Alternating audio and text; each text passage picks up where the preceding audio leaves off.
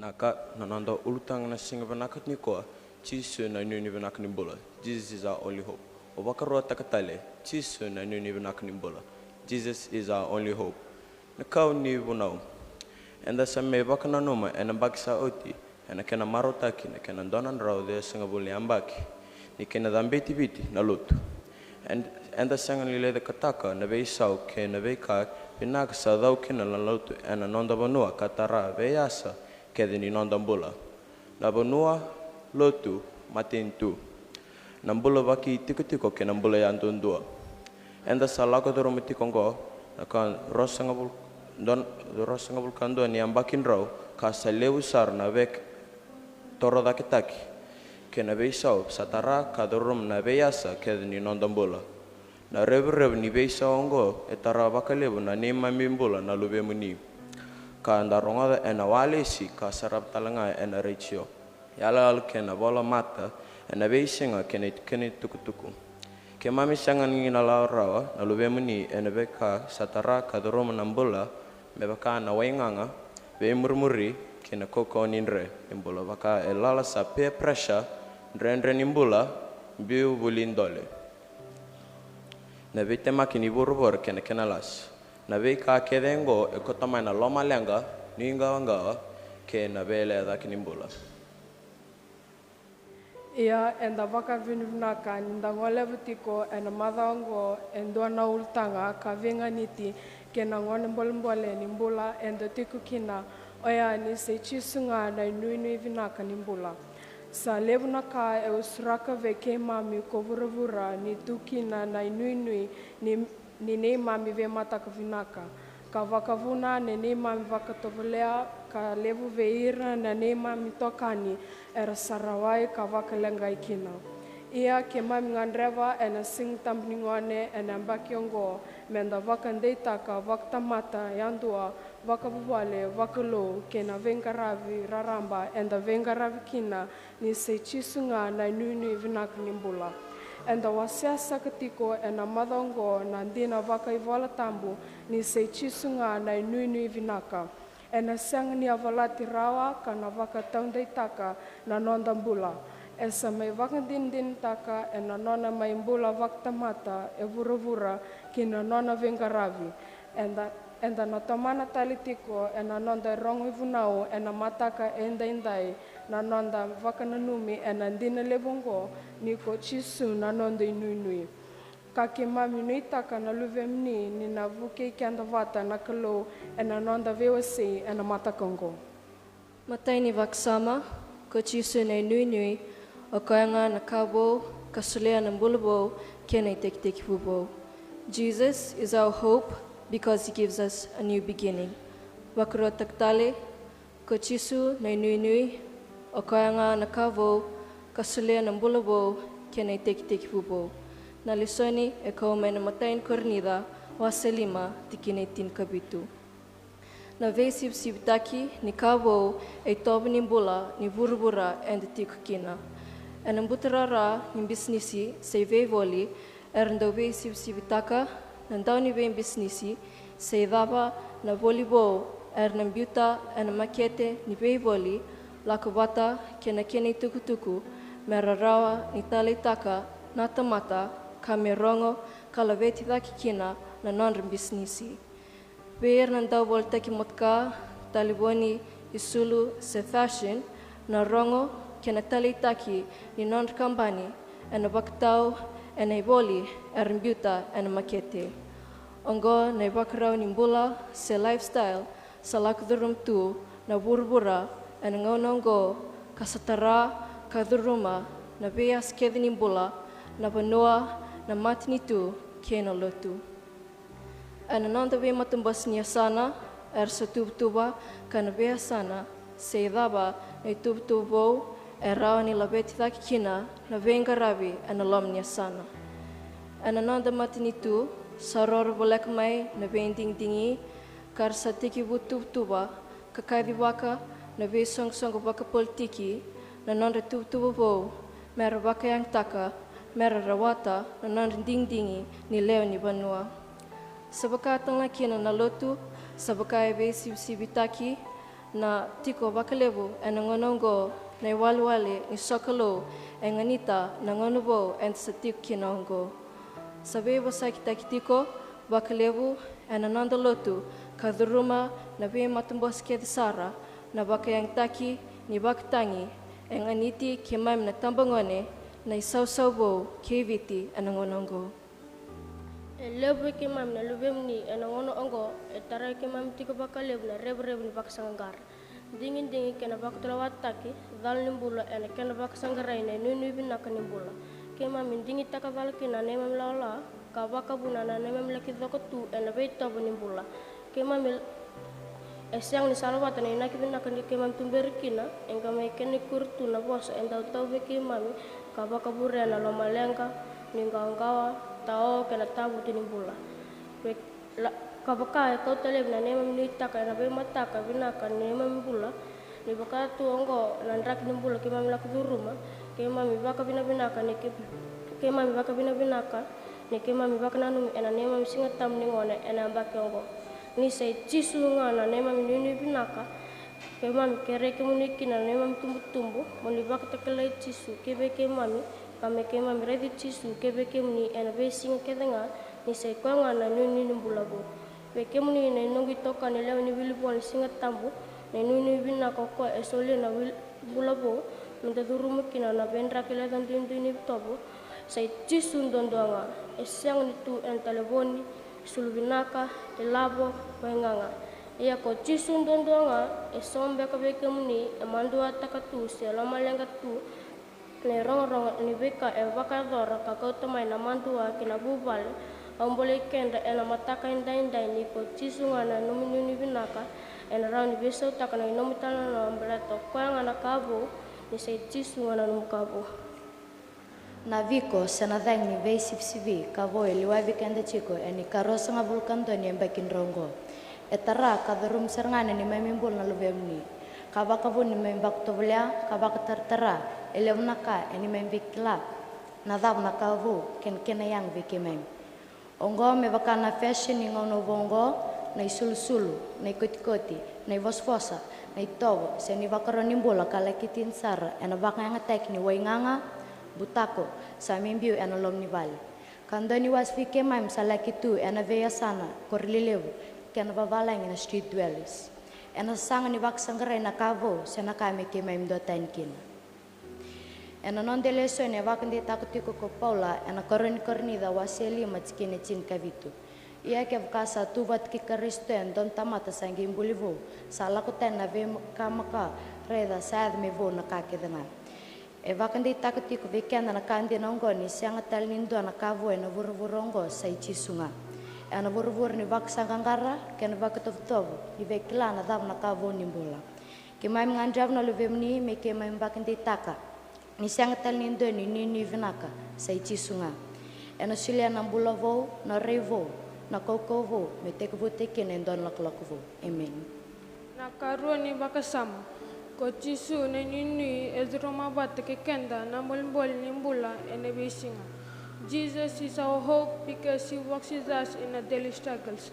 Sa tumulagtinga ebiti ena biambaki na kenda wili na nema mitokani era rawai kabakalengai ena revu ni wenganga ko ira era susulinga do ataki era sasang ni bakala na katakata ni lalaman din na bakatama kana lalaman din na bakatina era sambili raki kabakalalaman taki nambiu bulindole ke ira era sala kita wana tu na beyasa ni korole lebu kar sandingi ta kamera leba tikitiko kina ni sasang na nini endu atalenga na wasibir ni memidamba era sawaji bakalawa ena buku ni nandra bakatiliwa kabakani ni zala enda sana lama taka sesana ibakebein na rere ni nanda banua lotu kena matini tu ena lima kena tini yamba kimayango kesabakango na beka esatara tu na nemimbula na sasobo kibiti ena imata ni nanda lesoni na sami basunga wulka ono tikena indua ebakande taka kotibita ni kalo kuchoba enonda nronro kanonda kakoa ena kena bakanda baka pertania e bakangone God is not distant or absent when life becomes difficult. Ebakandi taka na tikinongo ni sangani yawa siali nakalo enangana ni mbole kola kozuruma. Ebole kasara, he is a very present help, meaning God is always near, always available, and always involved in the struggles. And then nga ni sakuri seta nananda banwa na rongo ni beka sa taratuna ni memimbula na leve muni. Iya ke mami ngandre ba me ke mami wakandi taka na ni mami singa tambu ena bakiongo ni kochisu na ni binaka esanga ni tu bakatiki mana beka ke denga eda sota bakazuruma. Ekananda ni same ni kokona na dinondro, he is a refuge, and nanda kokoa, he is a strength. Ebeda nandina lebo enda bulida enda baksamango. Matai ni baksam. Kochisu na nanda nini esenga ulangan ni dromat kikenda na bol ni bula ena visinga. Ia o kosanga ena tango maki kenda kamari kenda mena vilenga kitanga era ni baklinga kenda. Sai tuk minaka bikimni nanu gidamba le ni wilvani singa tambu. Ni sasang tal ni dona vana vinaka enda na marroikina. Kochisu nga na nanda nini na nanda indronro. O kwanga enda ranin rota ni maikina mena vilenga sa Trumtungo Nananda Viti. He is our hope, knowing we are not facing troubles alone. He is our safe place. Kabakatal nga kina bikimni na ni mami tumtumbo. Kimami wakaturati ka na matakan dendai, isa nanda inuni binaka nga Kochisu. Mensala ko bakabubali buam, balata ka nga na marurikenda, manalenga eda bibititu endendai. Karani baksam, nananda nini ya bakakati kikenda ninda malmalum. Eka ninda unisame, bikokana nanda kaukawa. Bikimni na nongo idhamba, abakambota niko ni nandobat keo, na nanda bakandinan dinataka, nilewa naka enda malmalum kina may bali. Vira natamanda kinetinanda. May kornibuli, vira nangas nibuli, ibal nilotu, vira nangas nibuli, nibilbo ni sangatambo. Kabaka kina vira nanda itokani. Ia, nalisinongo es, sabakabuli dikenda, inanda yala, nanda nini Kochisu enanda wakakati kenda mendaka kwa kinani yalalai selo malenga. Fikimni saka nani mami tumtumbu Kochisu na nanda nini enanda wakakati kikenda. Elevu na bol koni sambole wakalib kina. Naitabi ni bisusu koni bos ni ala kina na mata ni kalu. Kemami bia bakanditaka bikimni na mata kandendai ni Kochisu na nini binaka. Okoya nanda wakakati kikimni monigara kina na waka binaka na tabi waka ni vesusu nenda malamumu kandruka na nanda nini nanda waka kati kenda kala beti kenda daki na kena katolu na nanda nini esenda tinga kenda kasang yali. He is present and not absent. Ne karoni wasos ni same wasinga buka ono tikinendo ekaya savoleka mabuke kenda nenda sararawa, a very present help. Savang ditak vikenda ni satinga vatiki kenda na nunui. Semani vakadava na drakindindi ni bola endo setava kaduruma.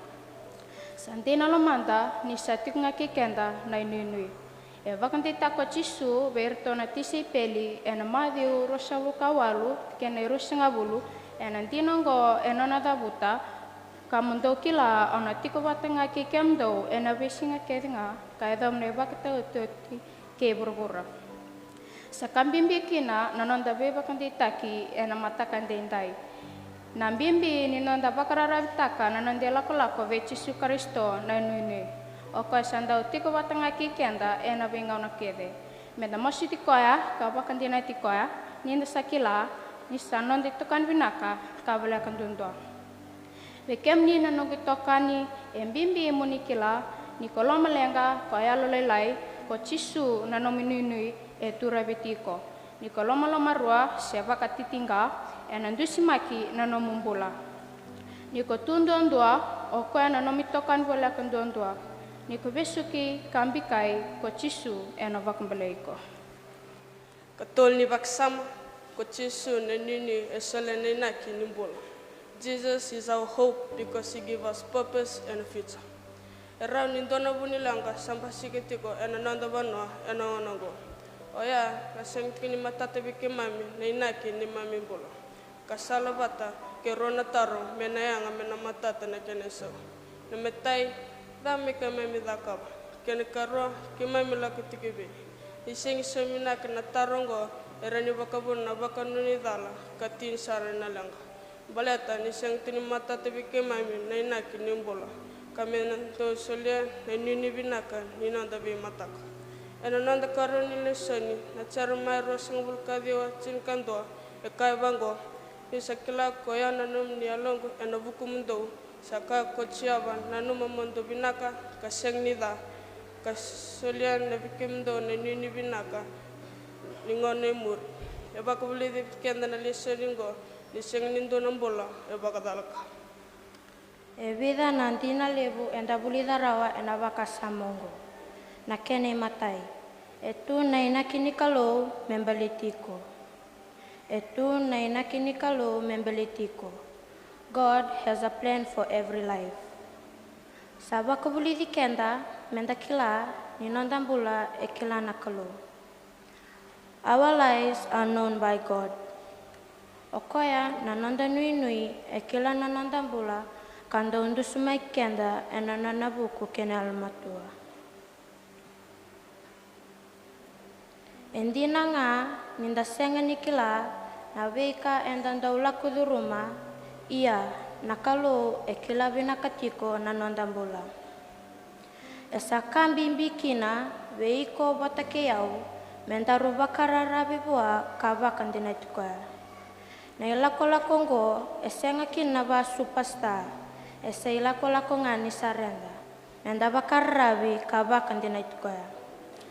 Obia kere-kere be kemni sakna ni mam tumbu kema misangan reba na numni be bakan de itaki me kema mimbau baku bulidi ni tiko na inaki ni kalo membaliti kemami esanduan di nanaka na lebu ni lenga etarati kuna ni mamimbula na lubem ni enangona ungo baleta ni kema mi bak sangaratiko sena daba saramanda na inak ni mamimbula. Ebunga sarabi kemami sana numatu ni naki kena imbal nimbula etiko ena wainganga na be murmuri kena mbula vakailala kena bunga na itobo tawa kili kemami mbula taka ena nema mi bak sangra na inak ni mambula. Kima misabaka binaka ena nima misinga tamu ningone ena yamba kiongo ni kima misabulida ni nak nimbula etunga bichisu. O chisu na nima nui binaka ndondua. Ni alu binaksara. Ni kakua ni ngalu bakatiko bikimami nandina ungo. Baleta me kimami nakakuni rawai ena nreke bura-bura kena lasa. Karasa bakadala itu kina e bunga sarbe na ni mamidamba. Na kene karua tuba kakina mendarawata kabaku wasibi na ni mamisusungi na lubemni. Ena singa tamu ningone indai enda sabaka binaka ni biba kandita kini kalau ena nona bosa ni saina kinde ini kalau menda binaka. Semani bakadam nandrendre ni enda lako duruma sakambi mbikina na nonda beba kandita kitiko ni rau ni baka yang takana kalo nandrendre kina mbole enda lako duruma nandrendre kina mbole enda lako duruma rau ni baka botu ya nakalo na inakibinak ni lomana na ibola tambu esinai enaital noa katokana nandina ungo ena baka tekebu wase tolu sangabulu kabitu kena wase basangabulu kasanga mbek ni sotabi na numni ngangandre na bosa nikalo e baka nditaki ni seichisunga ni nui binak nimbula o chisunga satubua na inaki binaka membeletiko watake yau kakua ni yalalai raibe chisu baka mbotikoya kanui taikoya. Na keni katolu, ko chisun ay nini binaka endismaka kaselia na imbambal nimbula, ekana na bosa enachani tinkava ono, oyao na sala kinda vuni dina kinda vuni bula. Isoleng kenda na butoni leka nimbula ko chisu nga nasala en dismak na nona ilako-lako. Veke muni na nongo idhamba ke muni na leo ni vava koso sa seng ninga na harawa enda sa tiko kinongo. Me vaka enda sa kila tiko levu na ka yado vaka balilili kenda tiko enda sa senga ni lewa rawa. Ia enda marau ninda vaka ditaki ena rama. Ni nona vosa ena mataka endai ni sai chisunga nai nini en dismaka nai ulam baleta ni sai koya ngana sala katu ngana vua ni mbale dina nimbula ni sai ko ngana vunintina ke na vunimbula na keni kava ko chisuna nonda inini e alata kana ve mataka vinaka ni nonda mbula. Semani vakadava na ka ena yado se tara na bola enda vakambauta ni nonda vakanini ki na ve mataka vinaka. Sa Chisu Kristo vakataki koya. Kemini saka na nema mitumbu kemini na nuku idhamba na viti kiniongo sandusia vakamataka vekianta. Ni naki ke na nimbali dina ni numbola Etunga vecisu na saka bimbi saka kina. Na nonda vi vakandita ki kena ena tikina ongo. Kimami sangander vi moni tukuna tiko vakandondo ni veke muni mai vali. Merawa ni kimami vakandita ki na loloma ikemami ni naki kena bali nga nimbola. Etunga vecisu na nana inuini vinaka. Kavani vakasam, ko chisu na nandi nini asa vako malum tako tina mati. Bebaka rota kitali, ko chisu na nandi nini asa vako malum tako tina mati. Na mati na kar vang dondo na burburongo, kaseng na kaya bato bata ni kar. Iseng talangan don tamata, en rota ni mikina. Sebala na bika korot, no mututu sinumulut. En aroma ono ros ngabul katul, itu kunikina, isi soni balbal na mati. Ena wasi tolu, tikene ros ngabul ka tolu. Itu kunikina ko Paula. Nisi balabal dan tamat kiringa. Kana singna do bana kam warok tekina kalu. Saken belembali sama tun tamata. Ena buku ni non balabal da. Bebaka seso ni balabal da na mati. Ya, ena onda karani lesoni. Karani kornida, cingka lima sangabul ka lima kina lima sangabul ka bitu. Endi setiken ko Paula. Ni ko chisu nga non di nini esa bako malum tako itina mati. Entikin elima sangabul ka ba sangudre ko mati. Kentikin elima sangabul ka lima kina elima sangabul ka bitu. Koi ko mati saibe no mbatingan. Koi ko bulum saibe no ngumatua. Iya mendaba ko binaka buanan takalu sosilet ko bikenda na ngumatua sar ena buku ni non turang ko chisu Kristo. E vida nandina lebu, enda bule darau ena baka samango, ken matai. E duruma kabakla ko chisu na nonde nini na mati. Laku duruma kabakla na turang na rarani mati. Ena nonde beta nandela na mikalibari. Wakot kena kabeltai kala kimbulu talenga.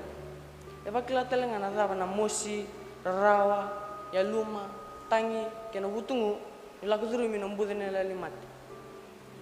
Na burbur ni mati enda tikinongo. Mentapa ko binaka ni ko chisu nga nandi nini esa duru makabakla woti na daba na mati. Kasandondono mendayalondi kabakara bitu ngabwa binaka.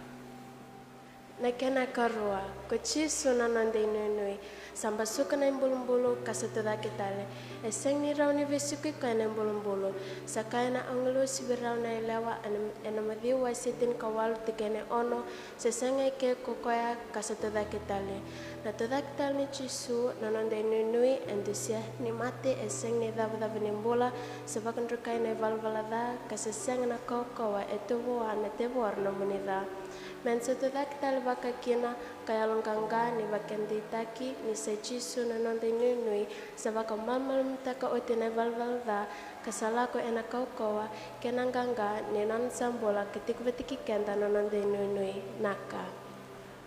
Na itintini baksam turchu sumatua ena nunui otakrota katali turchu sumatua ena nunui ena boli pola vi rapirigo wastin tiken resum ketul otak rota ketai ana boleh polo mastin tiken resum ketul wandi ta ketik polo dan tamatulut ana nakaya tutor mo to na waktu sa nilang to bakit nang bot mereka kuan ni apa ni sa alam dia ko koya sawang bota e bang mi ta ketik opol nang bimbi non to bakit dia nan to ben tita kicis ni sei cisunga nan dini ana ram ni baksam en sarangol en single ben tintai bang ni tikena ni sei cisunga nan dini ni binak nimbola balatin ko e tik bo kasile nan bola bo e duro batiki kian nambal ni bola en vesing ako ni nak ke nambal ni tin ni bola esabang mo ta ko oti nako ko ni ta ke na mati sakai mimbi saka kina no teru ka matua en nandela kala wak bola andua ko wale lutu panua ke na mati itu en senga talnga en bola witi na be ka duro metiko ongo en nanda panua en senga talnga ni doa na panua ne kemai marui kena na be muni na kem ni susum ana we singa ni matak ko Yesus Kristus tuntunga